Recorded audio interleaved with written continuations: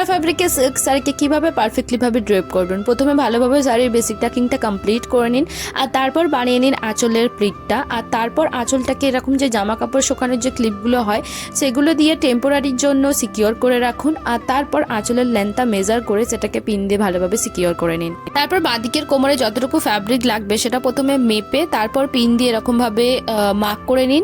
আর তারপর অতটুকু ফ্যাব্রিককে ছেড়ে বাকি যতটুকু ফ্যাব্রিক থাকবে সেটাকে নিয়ে এরকমভাবে কুচি বানিয়ে নিন। এবার কুচি বানানোর পর অনেকে সেফটি পিন লাগায় এইরকমভাবে, যেটা একদমই ঠিক নয়।